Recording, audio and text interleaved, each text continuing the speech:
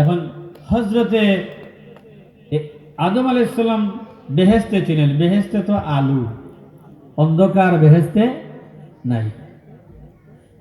এখন একজন মানুষ সৃষ্টি হওয়ার পর থেকে শুধু আলো দেখে, অন্ধকার কি জিনিস বুঝে না। সে যখন দুনিয়াতে আসলো, এসে দেখে কি অন্ধকার, দেখে কি অন্ধকার। এখন দেখবেন যে বাচ্চা সবসময় আলুর মধ্যে, ছোট বাচ্চা সব সময় সে আলুর মধ্যে থাকে, হঠাৎ করে যদি কারেন্ট চলে যায়, বান্দা খান, এই বাচ্চা খান্দিয়া উঠে না, কেঁদে উঠছে। হযরতে আদম আলাইহিস সালাম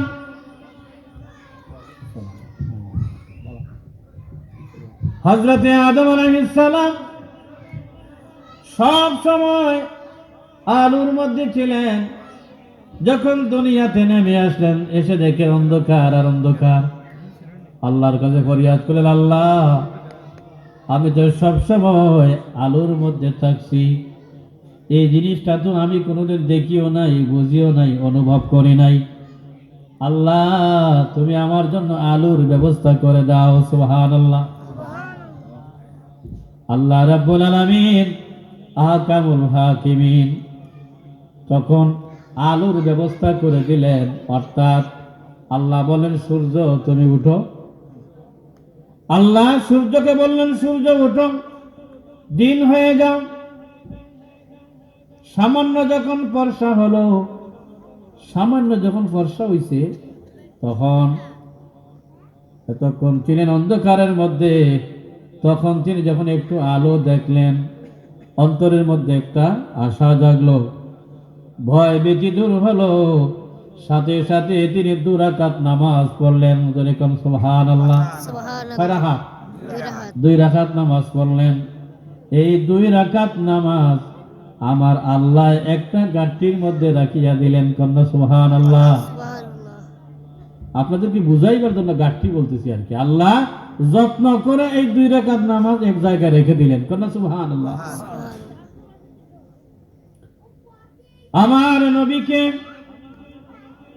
মহান রব্বে কারীম বললেন, মাহবুব, হাবিব আমার আদম আলাইহিস সালাম 2 রাকাত নামাজ আদায় করে আমি আল্লাহর কাছে দোয়া করছি, আল্লাহ, আমি অন্ধকারে ছিলাম, তুমি যে আলোর ব্যবস্থা করছো, শুকরিয়া। তুমি 2টা রাকাত নামাজ পড়ছি, ওই নামাজটা আমি আদম নবীর পরে নূহ নবী আইছে, শীষ নবী এসেছে, তাদেরকেও আমি এই নামাজটা দেই নাই। এরপরে আমি 1,24,000 মতান্তরে 2,24,000 নবী রাসূল দুনিয়ায় প্রেরণ করেছি, তাদের কাউকে, তাদের উম্মতদেরকে আমি এই নামাজটা দেই নাই, দিয়েছি আপনার উম্মতকে। সুবহানাল্লাহ। আমি কেউরে দিছি না। এই নামাজটা আমার পছন্দের নামাজ। এই নামাজটা স্বয়ং আদম নবীকেও আমি দেই নাই, আদম নবীর পরবর্তী বংশধর যারা এসেছে তাদেরকেও দেই নাই, আমি দিয়েছি আপনি নবীকে, আপনি নবীর উম্মতকে। বলুন সুবহানাল্লাহ। এবার বলুন, সেই নামাজটা ফজরের নামাজ। এই ফজরের নামাজ এখন সবচেয়ে বেশি কম করি আমরা। আচ্ছা, মাগরিবের ওয়াক্ত যদি 10 জন হয়, এশার নামাজে যদি আরো 7 জন হয়, ফজরের নামাজে কয়জন হয়? 3-4 জন। না হয় কোনো কোনো মসজিদে মুয়াজ্জিন এবং ইমাম একলা করেন, ঠিক না? এই নামাজটা আল্লাহর অতি পছন্দের, আদম আলাইহিস সালামের সুন্নাত। আদম নবী এই নামাজটা করে আল্লাহর রেজামন্দি হাসিল করেছিলেন। সেই নামাজটা আল্লাহ দিয়েছেন আমাদেরকে, যে আমরা যেন দিনের শুরুতে আমরা পড়ি। এখন দেখা যায় সবচাইতে কম এই নামাজটা পড়া হয়। সুবহানাল্লাহ। অথচ ফজরের নামাজের এত দাম। আল্লাহর নবী বলেন, ও উম্মতেরা, আমরা একজন বয়স্ক মানুষ যদি, একজন ছোট বাচ্চা যদি, একজন যুবক মানুষ যদি বয়স্ক মানুষকে আঘাত করে, কথার দ্বারা হোক কিংবা হাতের দ্বারা হোক, মাঝখানে আরেকজনে বলবে, বাবা, তুমি একজন যুবক মানুষ, জওয়ান মানুষ হইয়া এই বুড়া বেটার উপরে কিলা হাতটা তুললাই, বলবে না? তুমি জওয়ান মানুষ বুড়া মানুষের উপর কিভাবে হাতটা তুললাই? তোমার কি বিবেকে একটু বাঁধলো না? এই শরম দিবে কি দিবে না? দিবে। আমার আল্লাহ কাল কিয়ামতের ময়দানে যারা নিয়মিত ফজরের নামাজ পড়বে, যথারীতি যত্নের সাথে যারা ফজরের নামাজ পড়বে, তাদেরকে দুনিয়াতে কেউ যদি গালি দেয়, কাল কিয়ামতের ময়দানে আল্লাহ বলবেন, ও বান্দা, তুমি কিভাবে আমার এই বান্দারে গালি দিলাই? তুমি কি জানো না আমার এই বান্দা নিয়মিত ফজরের নামাজ পড়তো? সুবহানাল্লাহ। আল্লাহ কাল কিয়ামতের ময়দানে পাকড়াও করবেন। আল্লাহ বলবেন, ও বান্দা, তুমি কিভাবে আমার এই বান্দারে তুমি গালি দিলাই, কষ্ট দিলাই? আমার এই বান্দা নিয়মিত ফজরের নামাজ পড়তো। সুবহানাল্লাহ। ফজরের নামাজের কত দাম! আমার নবী বলেন, যারা ফজরের টাইমে তো অন্ধকার থাকে, এশার টাইমে অন্ধকার থাকে, যারা নিয়মিত ফজরের নামাজ অন্ধকারের মধ্যে অন্ধকারকে ভেদ করিয়া মসজিদে এসে ফজরের নামাজ পড়বে, আবার এশার সময় অন্ধকার থাকে, এই অন্ধকার ভেদ করিয়া যারা এশার নামাজ পড়বে, আল্লাহ রাব্বুল আলামিন কাল কিয়ামতের ময়দানে এই বান্দাকে, এই বান্দার জন্য এমন একটা ব্যবস্থা রাখবেন, তার সামনেও থাকবে নূর, পেছনেও থাকবে নূর, ডানেও থাকবে নূর, বামেও থাকবে নূর। বলেন সুবহানাল্লাহ। পেছন থেকে ডানেও নূর, বামেও নূর, সামনেও নূর, পেছনেও নূর। অর্থাৎ ফজরের নামাজ আদায়কারী, এশার নামাজ আদায়কারী এই বান্দাকে আল্লাহ এমন একটা বিশেষত্ব, এমন একটা নূর দান করবেন, যে নূর দেখে অন্যান্য মানুষ ঈর্ষান্বিত হবে, আফসোস করবে, হায় হায় রে, এই মানুষটা এত নূর লাভ করলো, তার চতুর্দিকে নূর আর নূর, আর আমরা কিছু নাই। তো মুনাফিক যারা, মুনাফিক কিন্তু মুসলমানদের মধ্যে হয়, মুনাফিক মুসলমানের মধ্যে হয়, হিন্দু খ্রিস্টানের মধ্যে মুনাফিক একই দুটো। মুনাফিক হয় কার মধ্যে? মুসলমানের মধ্যে। তো মুনাফিক মুসলমান যারা পেছন থেকে বলবে, ও ভাই একটু দাঁড়াও, আমরা অন্ধকারের মধ্যে আছি আর তুমি দেখা যায় আলোর মধ্যে বিরাজ করছো, তোমার সে আলো থেকে আমাদেরকে একটু আলো দাও। ও ভাই, তোমরা এত আলো তোমার, আর আমরা অন্ধকারের মধ্যে নিমজ্জিত, একটু আলো দাও। তখন ওই বান্দা ধমক দিয়ে বলবে, খামোশ, খবরদার আমাদেরকে বিরক্ত করিও না। ধমক দিয়ে বলবে কি, আমাদেরকে বিরক্ত করো না। দেখছেন নি, যারা ফজরের নামাজ নিয়মিত পড়ে, এশার নামাজ নিয়মিত পড়বে, আল্লাহ রাব্বুল আলামিন তাকে বিশেষ নূর দিবেন। কন্যা সুবহানাল্লাহ। আর ফজরের নামাজটা এমন নামাজ, আল্লাহর নবী বলেন, যে ব্যক্তি ফজরের নামাজ নিয়মিত পড়বে, আল্লাহ রাব্বুল আলামিন ওই বান্দাকে আল্লাহর জিম্মায় নিয়ে নেন। কন্যা সুবহানাল্লাহ। সুবহানাল্লাহ। আল্লাহর জিম্মাদারিতে আইয়া প্রবেশ করে। এটা ৫ ওয়াক্ত নামাজের প্রবেশদ্বার হলো ফজরের নামাজ। এখন যদি ফজরের নামাজ কেউ পড়ে না, ফজরের নামাজটা যদি পড়া হয় না, তাহলে এই দুঃখ আমরা কোথায় রাখি? আল্লাহরে কেমনে বুঝ দিব আমরা? আল্লাহ তো আমাদেরকে নামাজের ব্যাপারে জিজ্ঞেস করবেন। ভাইরা আমার, আল্লাহ রাব্বুল আলামিন আহকামুল হাকিমিন, আল্লাহ রাব্বুল আলামিন আহকামুল হাকিমিন। বান্দা যখন নামাজে দাঁড়ায়, আমরা নামাজে দাঁড়াই না নি? বান্দা যখন নামাজে দাঁড়ায়, দাঁড়ানো মাত্র আল্লাহু আকবার বলে যখন কানো ধরে, আল্লাহু আকবার বলে যখন বান্দা হাত বাঁধে, আমার আল্লাহ ফেরেশতাদেরকে ডাকিয়া বলেন, ফেরেশতারা রে দেখো বান্দা কি করে। আমরা নামাজের মধ্যে খানো ধরি না।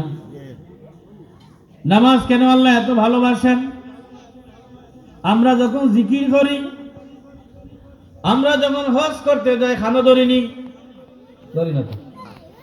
যাকাত দেওয়ার সময় এক হাত দিয়া খানো ধরছি আর এক হাত দিয়া টাকা দিচ্ছি, এমন তো নয়, আসেনি?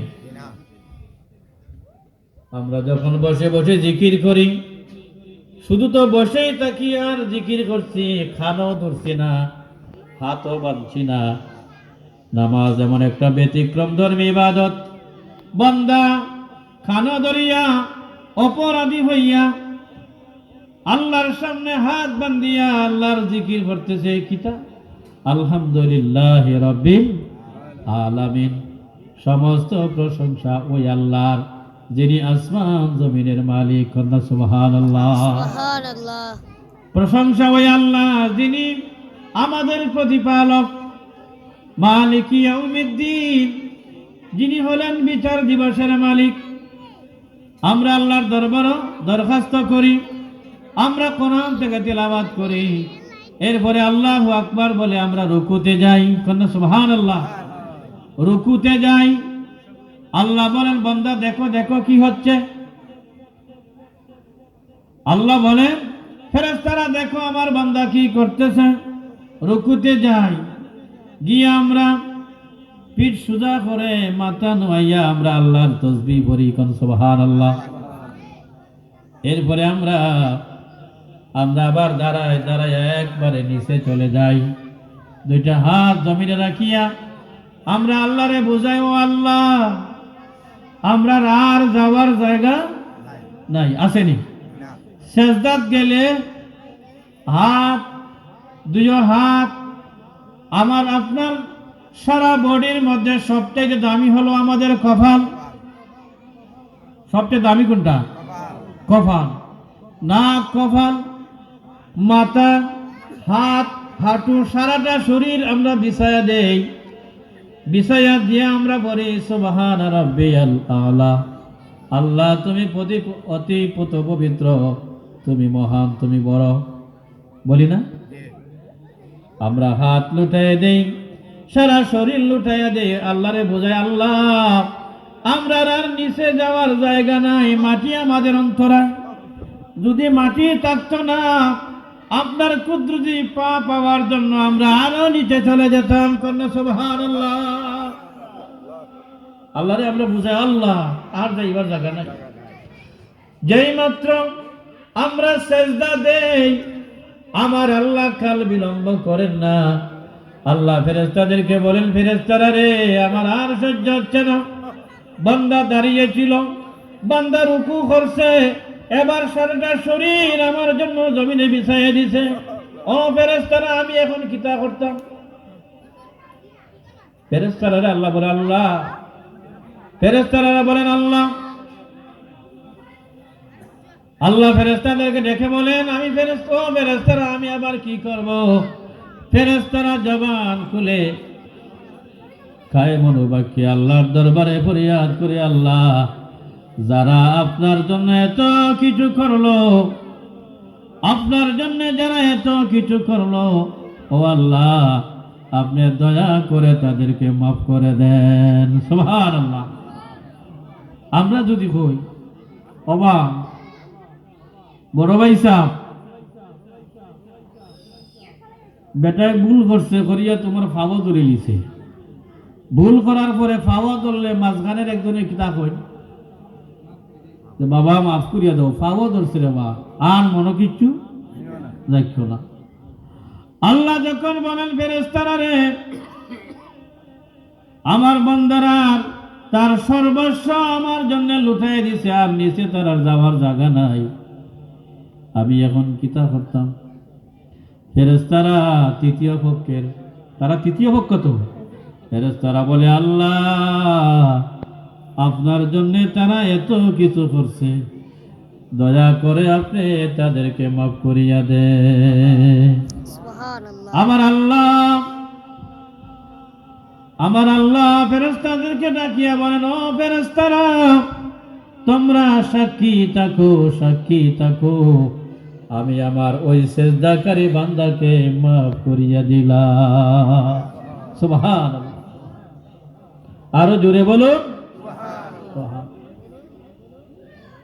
এবার বলেন তো নামাজ